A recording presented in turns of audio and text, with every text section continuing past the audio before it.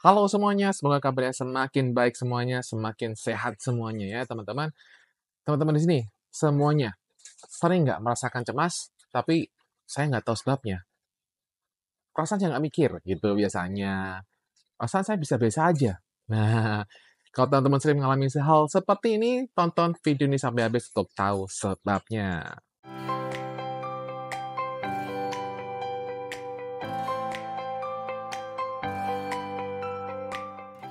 Teman-teman semuanya, kita itu sering kali kok merasakan cemas, tapi kita tidak tahu apa sebabnya.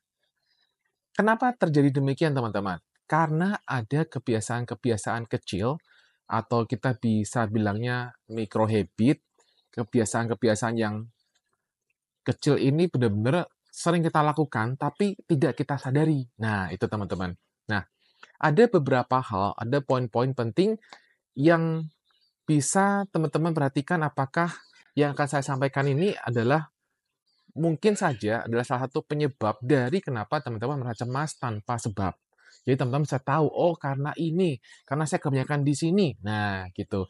Nah, begitu teman-teman tahu, oh karena saya kebanyakan di ssini, maka teman-teman bisa menyusun strategi bagaimana cara untuk mengatasinya.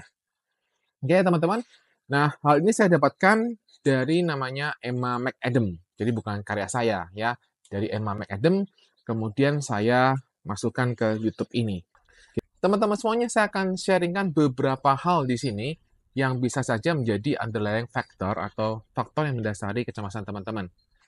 Oke, teman-teman, di sini ada beberapa pertanyaan, dan jika kamu menjawab 4, mungkin itu adalah hal yang mendasari dari kecemasan kamu, dan saya akan bacakan saja karena banyak pertanyaannya. Ya, silahkan perhatikan.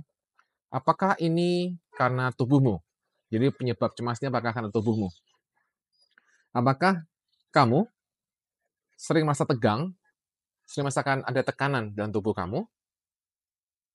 Yang kedua, apakah kamu sering merasakan sakit kepala atau sakit perut?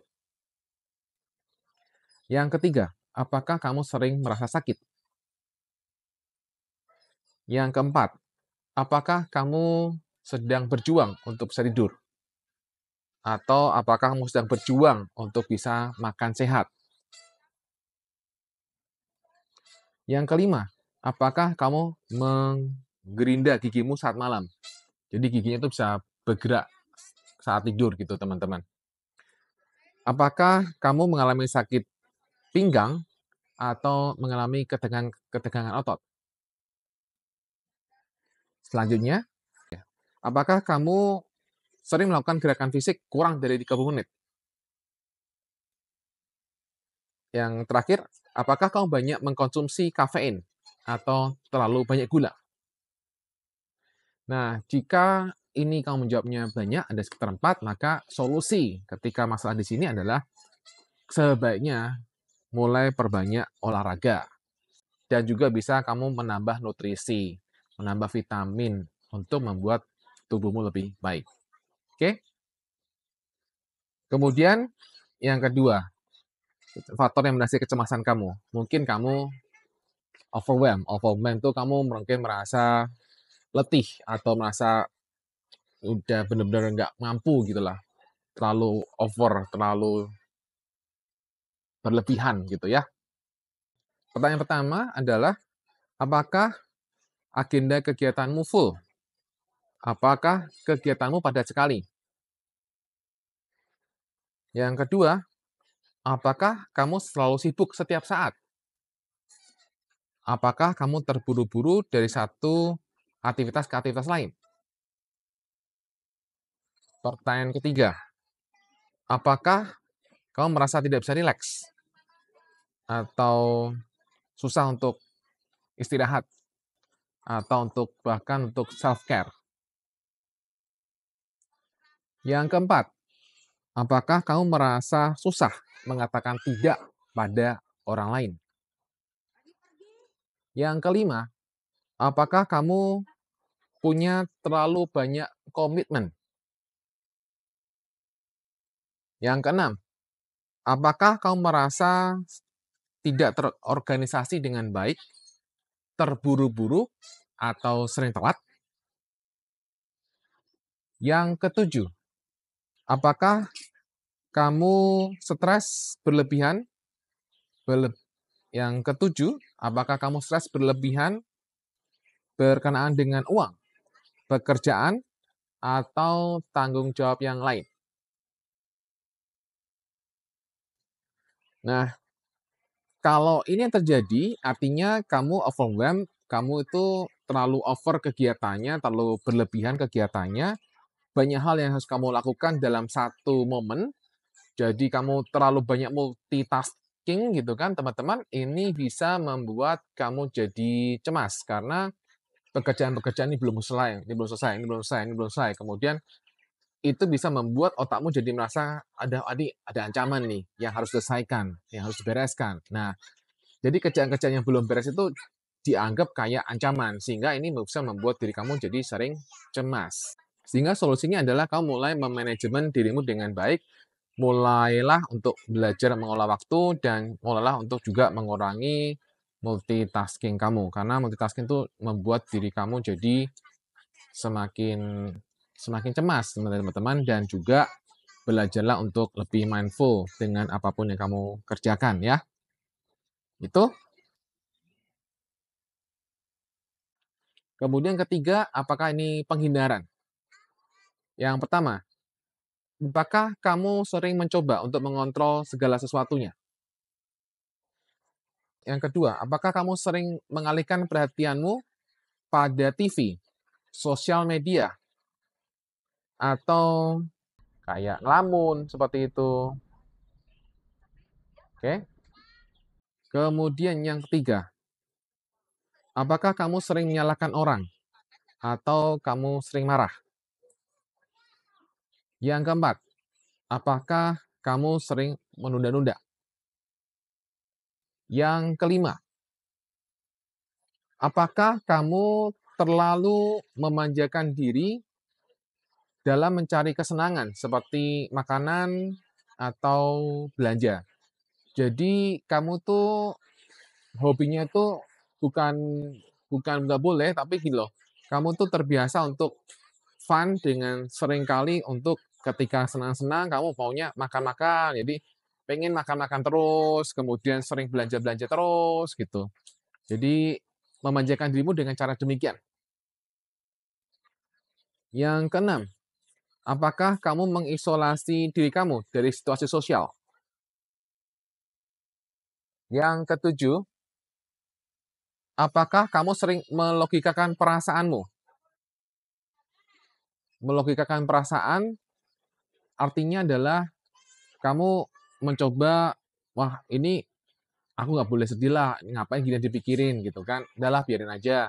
Jadi, kamu sering melogikakan perasaanmu daripada benar-benar merasakannya dan kemudian memprosesnya. Jadi akhirnya kamu tidak memproses emosi dengan baik, kamu jadinya malah sering kayak atau tidak mengakui perasaan yang sedang terjadi pada dirimu. Karena tadi, melogikakan tadi.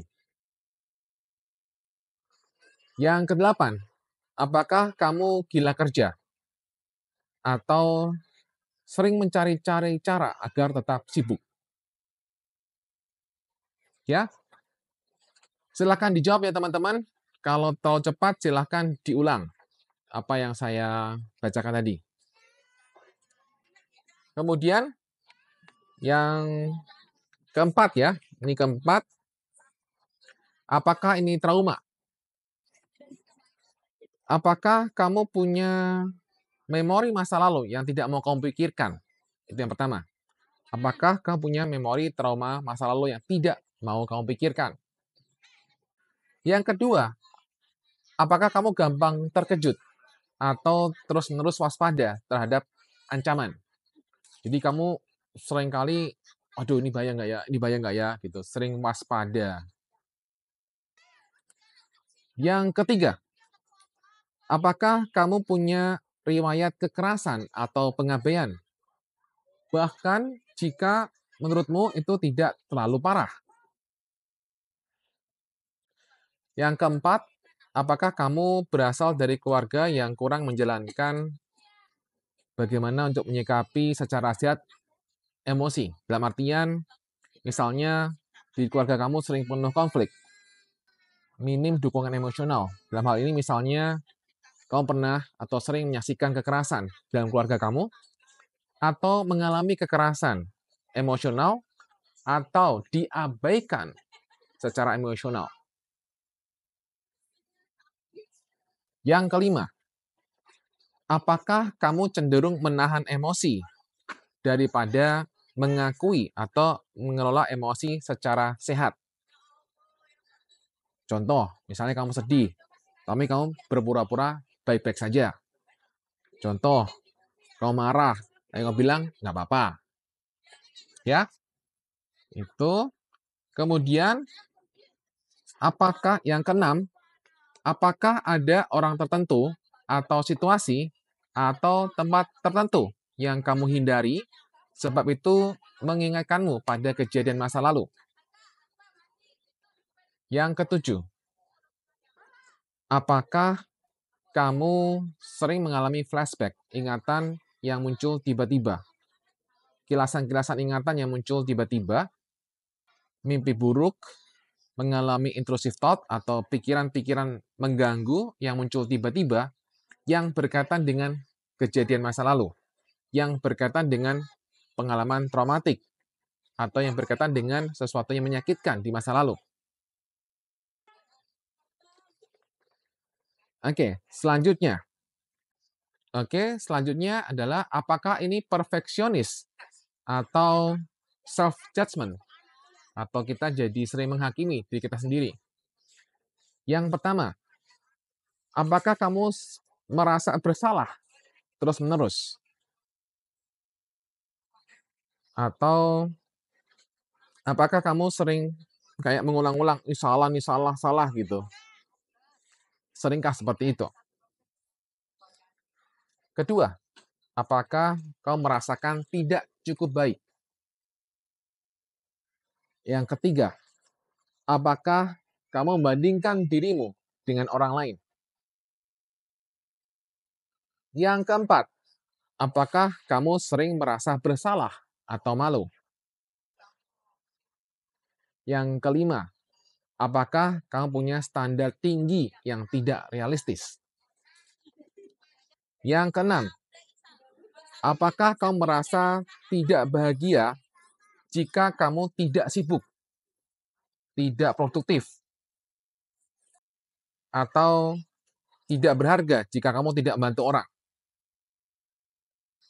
Yang ketujuh,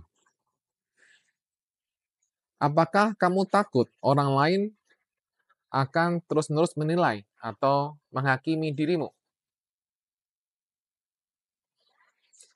Oke, sekarang yang lain adalah, apakah ini adalah catastrophizing? Satu, apakah kamu sering mengharapkan hal yang buruk terjadi? Yang kedua, apakah kamu mencoba untuk tidak terlalu berharap agar harapanmu tidak hancur? Yang ketiga, apakah kamu memvisualkan setiap kemungkinan hasil yang buruk? Yang keempat, jika beberapa hal buruk terjadi pada harimu, apakah seluruh harimu akan hancur? Yang kelima, jika kamu jatuh pada suatu hal sekali saja, apakah kamu berharap akan selalu jatuh pada hal tersebut? Apakah kamu akan berpikir akan selalu jatuh pada hal tersebut?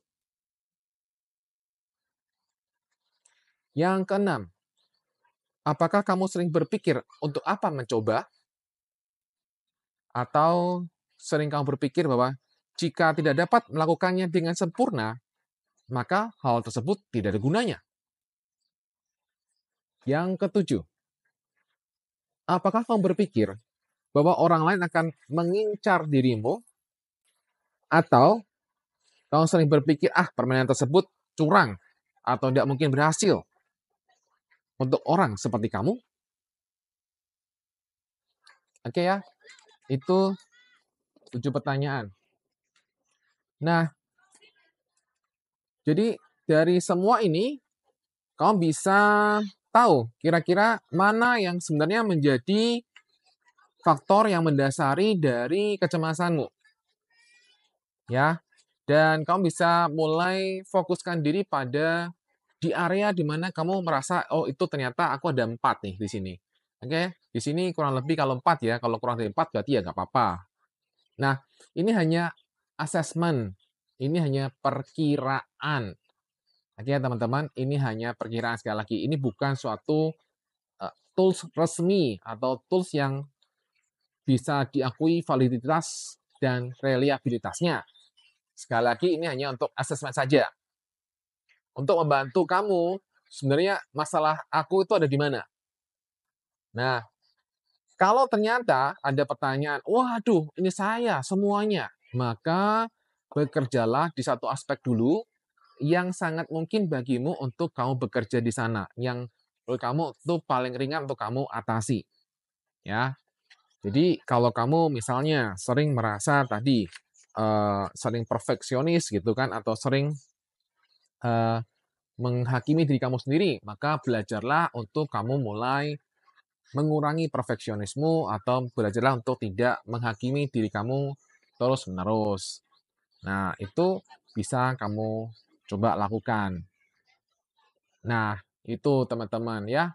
Ini hal yang sederhana sekali kan teman-teman, dan bisa membantu kamu untuk bisa menjawab pertanyaan-pertanyaan tadi yang saya tanyakan di awal, kenapa saya cemas? Nah, ya jadi kamu punya kebiasaan-kebiasaan kecil yang meliputi yang tadi saya bahas. Maka itu bisa saja membuat kamu jadi cemas. Jadi perlu dibereskan, gitu ya. Dan saya juga mau tambahkan bagi teman-teman yang belum punya buku Bye-Bye Cemas atau belum punya buku Good Anxiety, segera beli buku ini untuk bantu teman-teman bisa pulih dari gangguan kecemasan. Sudah banyak testimoninya, ada grupnya juga, ada audio terapinya juga. Kamu silakan pesan di sini, ya. Demikian teman-teman, apa yang saya bahas di sini semoga bisa bermanfaat bagi teman-teman semuanya. Oke, salam Bye-Bye Cemas.